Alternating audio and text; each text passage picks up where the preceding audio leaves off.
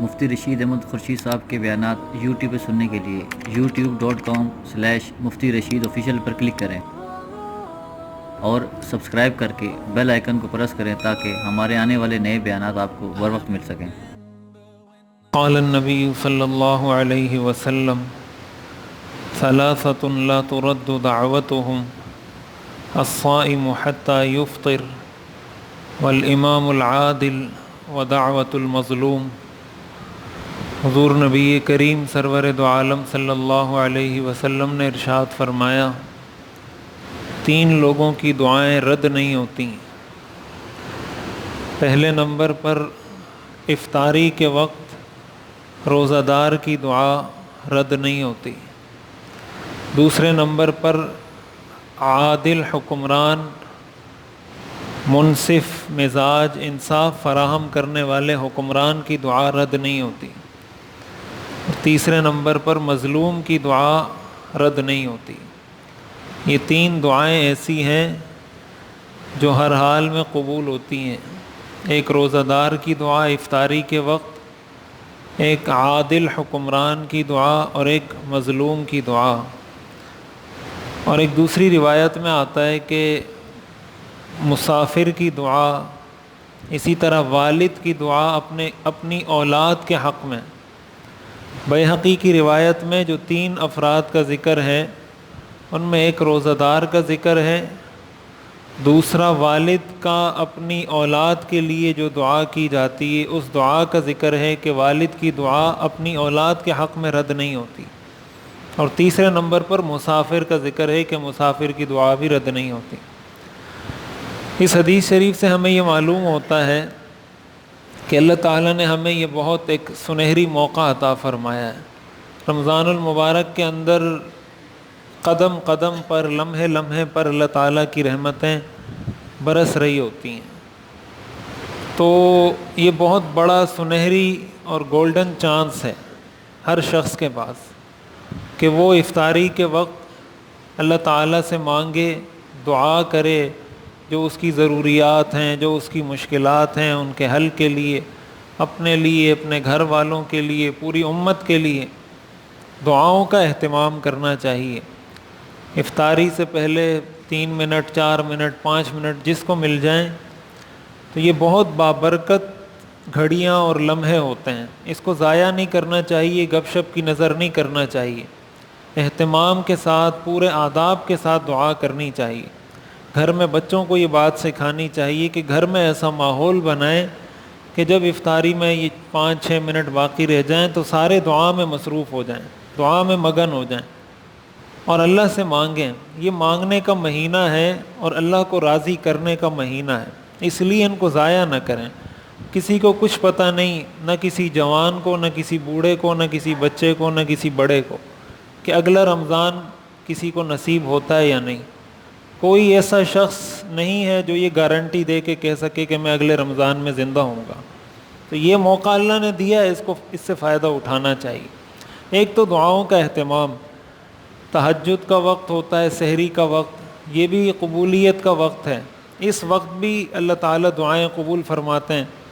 حدیث شریف میں آتا ہے جب رات کا آخری پہر ہوتا ہے، آخری حصہ ہوتا ہے، تو اللہ تعالیٰ آسمان دنیا کی طرف نزول کر کے فرماتے ہیں کوئی ہے مانگنے والا جس کو میں عطا کروں، کوئی ہے بخشش طلب کرنے والا جس کو میں بخش دوں، کوئی ہے رزق طلب کرنے والا جس کو میں رزق عطا کروں۔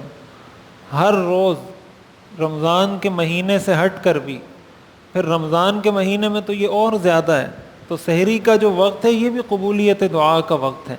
سحری کے لیے جب اٹھیں تو کوشش کرنی چاہیے کہ 2 رکعت، 4 رکعت، حضور علیہ الصلاۃ والسلام کا تو معمول تھا 8 رکعت آپ پڑھا کرتے تھے، قیام صلاۃ اللیل جس کو کہا جاتا ہے۔ تو اگر توفیق ہو تو 8 رکعت تہجد کی نماز پڑھ لی جائے، اس کی توفیق نہ ہو 2 رکعت پڑھی جا سکتی ہیں، 4 پڑھی جا سکتی ہیں، جو بھی مقدار ہو وہ نماز پڑھ کر اللہ تعالیٰ سے دعا کریں۔ تو ایک تو دعاؤں کا اہتمام ہر لمحے رکھیں۔ دوسری بات یہ سمجھنی چاہیے کہ سحری اور افطاری کے وقت جو دعائیں پڑھی جاتی ہیں، روزے کے بارے میں ایک بات، یہ ہر فرض عمل، ہر عمل کے بارے میں نیت کی اہمیت ہوتی ہے کہ اس عمل کا دار و مدار نیت پر ہوتا ہے. جس طرح نماز کی نیت ہوتی ہے اس طرح روزے کی بھی نیت ہوتی ہے. اور روزے کی نیت کا مطلب ہوتا ہے دل کا ارادہ. زبان سے جو الفاظ ادا کیے جاتے ہیں یہ نیت نہیں ہوتی, یہ نیت کے الفاظ ہوتے ہیں. جس طرح نماز کے لیے نیت کی جاتی ہے وہ بھی دل سے کی جاتی ہے, زبان سے کلمات کا ادا کرنا کوئی ضروری نہیں ہے. اسی طرح روزے کی نیت کا معاملہ بھی یہی ہے. آپ جب سحری کے لیے اٹھیں تو سحری کے لیے اٹھنے کا مقصد یہ ہے کہ آپ روزہ رکھنا چاہتے ہیں, ورنہ اس ٹائم کوئی اٹھ کے ناشتہ نہیں کرتا یا کوئی اس ٹائم اٹھ کے چائے نہیں پیتا. سحری کے لیے اٹھنا یہ روزے کی نیت ہے, اسی لیے آدمی اٹھائے کہ وہ روزہ رکھنا چاہتا ہے. یہ جو دعا کتابوں میں لکھی گئی ہے وَبِصَوْمِ غَدٍ نَوَيْتُ مِنْ شَهْرِ رمضان, تو یہ دعا کسی حدیث سے ثابت نہیں ہے, اور نہ یہ روزے کی نیت ہے کہ آپ یہ پڑھیں گے تو روزے کی نیت ہوگی, یہ نہیں پڑھیں گے تو روزے کی نیت نہیں ہوگی. یہ جو الفاظ ہیں یہ علماء سے منقول ہیں, بزرگان دین سے منقول ہیں کہ اگر کوئی زبان سے کہنا چاہتا ہے تو یہ الفاظ کہہ دے کہ میں کل کے روزے کی نیت کرتا ہوں. تو یہ کوئی سنت عمل نہیں ہے, کوئی ایسا مستحب عمل نہیں ہے جو کسی صحابی سے ثابت ہو یا حضور علیہ الصلاۃ والسلام سے ثابت ہو. بس روزے کی نیت یہ ہے کہ انسان دل سے ارادہ کر لے. تو سحری کی دعا کی شرعی حیثیت ہمیں پتہ ہونی چاہیے کہ یہ کوئی مسنون دعا نہیں ہے. افطاری کے وقت جو دعا پڑھی جاتی ہے اللہم لک صمت وعلی رزقک افطرت, یہ حدیث سے ثابت ہے, سنن ابو داؤد کی روایت ہے. اگرچہ حدیث ضعیف ہے لیکن فضائل کے اندر ضعیف حدیث کو علماء معتبر مانتے ہیں.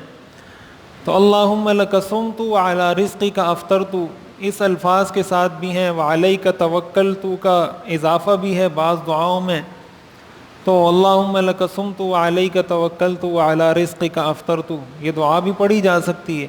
اللہم لک صمت کا مطلب یا اللہ میں نے آپ کے لیے روزہ رکھا, آپ ہی پر توکل کیا اور آپ ہی کے رزق سے میں افطاری کر رہا ہوں. تو یہ دعا پڑھنی چاہیے, اس کو یاد رکھنا چاہیے, یہ بہرحال حدیث سے ثابت ہے. اور اس کے بعد اس دعا کے بارے میں ایک بات یہ بھی عرض کر دوں, ہمارے ہاں چونکہ میڈیا کا دور ہے اور نئی نئی چیزیں نئے نئے فتنے اٹھتے رہتے ہیں, تو ان کے بارے میں بھی تھوڑی بہت آگاہی انسان کو ہونی چاہیے. یہ جو دعا ہے یہ افطاری سے پہلے پڑھی جاتی ہے, افطاری سے پہلے پڑھی جاتی ہے. ابھی کچھ ایسے لوگ آ گئے ہیں جو کہتے ہیں یہ تو ماضی کا صیغہ ہے, پاسٹ کا ٹینس ہے کہ میں نے افطاری کی اور میں نے روزہ رکھا, تو اس کو تو افطاری کے بعد پڑھنا چاہیے. جب آپ افطاری کر لیں, افطاری سے فارغ ہو جائیں, پھر پڑھیں اللہم لک صمت وعلی رزقک افطرت, اس لیے کہ یہ پاسٹ اور ماضی کا ٹینس ہے. تو اس بات کو اچھے طریقے سے سمجھنا چاہیے. اب یہ تحقیق طلب موضوع ہے, میں اس کا خلاصہ عرض کر دیتا ہوں. یہ گرامر کی بات ہے, یہ عربی قواعد اور گرامر کی بات ہے کہ جب کوئی چیز یقینی ہوتی ہے اور اس کا واقع ہونا, اس کا پیش آنا یقینی ہوتا ہے, اس کو ماضی کے صیغے کے ساتھ تعبیر کیا جاتا ہے. اور یہ اس کی احادیث میں, قرآن کریم میں, ہر زبان میں اس کی بہت ساری مثالیں ہوتی ہیں کہ ہم بہت ساری چیزوں کے بارے میں ایسے صیغے استعمال کرتے ہیں, ایسے الفاظ استعمال کرتے ہیں جو ماضی کے ہوتے ہیں, حالانکہ وہ کام پہلے ہوا نہیں ہوتا, لیکن اس کے باوجود ماضی کا صیغہ اس لیے استعمال کرتے ہیں کہ اس کا ہونا یقینی ہوتا ہے, اس لیے ماضی کا. اب جیسے حدیث میں آتا ہے کہ بھائی بیت الخلاء میں داخل ہو تو یہ دعا پڑھیں, اب وہاں بھی جو صیغہ آتا ہے وہ ماضی کا آتا ہے کہ جب بیت الخلاء میں حضور داخل ہوتے تھے تو یہ پڑھتے تھے. اب اس کا یہ مطلب تو نہیں کہ بیت الخلاء میں داخل ہونے کے بعد پڑھتے تھے, اس کا یہی مطلب ہے کہ بیت الخلاء میں داخل ہونے سے پہلے پڑھتے تھے. اگر اس کا لفظی ترجمہ کیا جائے اور اس لفظی ترجمے سے دلیل پکڑی جائے کہ یہ تو پاسٹ کا ٹینس ہے, لہٰذا اس کے پھر یہ ثابت ہوگا کہ پہلے واش روم میں جائے آدمی اور اندر داخل ہونے کے بعد دعا پڑھے, حالانکہ وہاں تو دعا پڑھنا ناجائز ہے. تو اس لیے اس طرح کی جو باتیں کی جاتی ہیں محض لوگوں کو تشویش میں مبتلا کرنے والی بات ہے. یہ دعا افطاری سے پہلے پڑھی جاتی. افطاری کے بعد جو دعا حدیث میں آئی ہے وہ ہے ذهب الظمأ وابتلت العروق وثبت الاجر ان شاء اللہ. حضرت سعد بن عبادہ رضی اللہ تعالیٰ عنہ کے ہاں حضور علیہ الصلاۃ والسلام مہمان تھے, آپ نے ان کے ہاں کھانا کھایا تو اس کے بعد آپ نے یہ دعا بھی پڑھی افطر عندکم الصائمون واکل طعامکم الابرار وصلت علیکم الملائکہ. کہ تمہارے ہاں روزہ دار افطار کریں، نیک لوگ تمہارا کھانا کھائیں اور فرشتے تم پر درود و سلام پڑھیں، تم پر رحمتیں نازل کریں۔ کسی کے ہاں افطاری کے لیے جائیں، کسی کے ہاں کھانا کھائیں تو یہ دعا پڑھنی چاہیے، سنت سے ثابت ہے۔ اور افطاری سے فارغ ہونے کے بعد یہ دعا پڑھنی چاہیے، ذہب الظمأ، ذہب الظمأ کا مطلب پیاس ختم ہو گئی، وابتلت العروق، اور رگیں تر ہو گئیں، وثبت الاجر انشاء اللہ، اور انشاءاللہ اجر ثابت ہو گیا۔ یعنی جو تکلیف تھی وہ گزر گئی، جو پیاس تھی وہ ختم ہو گئی، لیکن اس تکلیف سے جو ہمیں اجر ملا ہے وہ اجر انشاءاللہ باقی ہے، وہ اجر انشاءاللہ ہمیں قیامت کے دن ملے گا۔ جو وقتی تکلیف تھی وہ ختم ہو گئی۔ تو افطاری کے بعد حدیث شریف سے یہ دعا ثابت ہے، ان دعاؤں کا اہتمام کرنا چاہیے۔ تو سحری کی دعا کے بارے میں نے عرض کیا، افطاری کی دعا کے بارے میں عرض کیا، اور نیت کے بارے میں ایک بات یہاں یہ عرض کر دوں، وہ میں نے بتا دی۔ ایک اہم بات کہ روزے کے حوالے سے یہ سمجھنی چاہیے کہ شریعت کا ہر حکم بالغ کی طرف متوجہ ہوتا ہے، جو بالغ ہو۔ نماز بھی بالغ پر فرض ہے، روزہ بھی بالغ پر فرض ہے، حج بھی بالغ پر فرض ہے۔ بلوغت کا معیار کہ کون سا بچہ یا کون سی بچی بالغ ہے اور کون سا بچہ یا کون سی بچی نابالغ ہے، اس کو بھی سمجھنا چاہیے۔ ہمارے بہت سے بچے یا نوجوان ایسے ہوتے ہیں جو بالغ ہوتے ہیں، لیکن ان کو یہی نہیں پتہ ہوتا کہ ہم بالغ ہیں، ہم پر روزہ فرض بھی ہے یا نہیں، یا ان کے والدین کو یہ بات پتہ نہیں ہوتی۔ تو جو بلوغت کا معیار ہے کہ بچہ یا بچی کب بالغ ہوتی ہے، تو اس کا معیار دو چیزیں ہیں۔ ایک چیز علامات ہیں۔ علامت کا مطلب یہ ہے کہ بچہ اس وقت بالغ ہوتا ہے جب اس کو احتلام ہو جائے، جب اس کو انزال ہو جائے، جب اس پر غسل فرض ہو جائے، چاہے وہ 9 سال کی عمر میں ہو، 10 سال کی عمر میں ہو، 11 سال کی عمر میں ہو، جب بچے کو احتلام ہو جائے، اس پر غسل فرض ہو جائے، اس کا مطلب یہ بچہ اب بالغ ہو چکا ہے، اس پر نماز بھی فرض ہے، اس پر روزہ بھی فرض ہے، صاحب نصاب ہے تو حج بھی فرض ہے، زکوٰۃ بھی فرض ہے، جتنے شریعت کے احکام ہیں وہ اس بچے کی طرف متوجہ ہو جاتے ہیں۔ بچی کے اندر جو علامات ہیں بلوغت کی، وہ ماہواری کا آنا ہے، حیض کا آنا، یہ علامت ہے اس بات کی کہ یہ بچی بالغ ہو گئی ہے۔ اگر کسی بچے یا بچی میں یہ علامات ظاہر نہیں ہوئی تو عمر کی جو آخری حد ہے وہ 15 سال ہے۔ 15 سال قمری اعتبار سے، جو چاند کی تاریخ ہے، جو اسلامی مہینے ہیں، اسلامی سالوں کے اعتبار سے جب کسی بچے یا بچی کی عمر 15 سال ہو جائے، شریعت اس کو بالغ کنسیڈر کرتی ہے۔ اب ایسے بچے یا بچی پر نماز، روزہ، جتنے شریعت کے احکام فرض ہوتے ہیں وہ اس بچے یا بچی پر فرض ہو جاتے ہیں۔ لیکن حدیث شریف میں آتا ہے مروا اولادکم بالصلاۃ وہم ابناء 7 واضربوہم علیہا وہم ابناء 10، کہ جب بچے 7 سال کے ہوں ان کو نماز کا حکم دو، اور جب 10 سال کے ہو جائیں ان کو نماز نہ پڑھنے پر مارو۔ مقصد یہ ہے کہ 7 سال کی عمر سے بچے کی تربیت اس بات پہ شروع کر دی جائے کہ جو فرائض ہیں اس کا اہتمام بچہ شروع کر دے، اور 10 سال کی عمر میں تو اس کو عادت پڑ جانی چاہیے فرائض کی، چاہے وہ نماز ہے یا جو بھی فرض ہے۔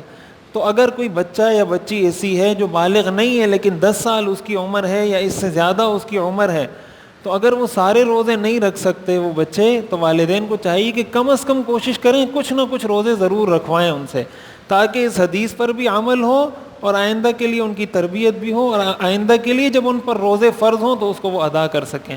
اللہ تعالی ہمیں سمجھنے اور عمل کرنے کی توفیق عطا فرمائے۔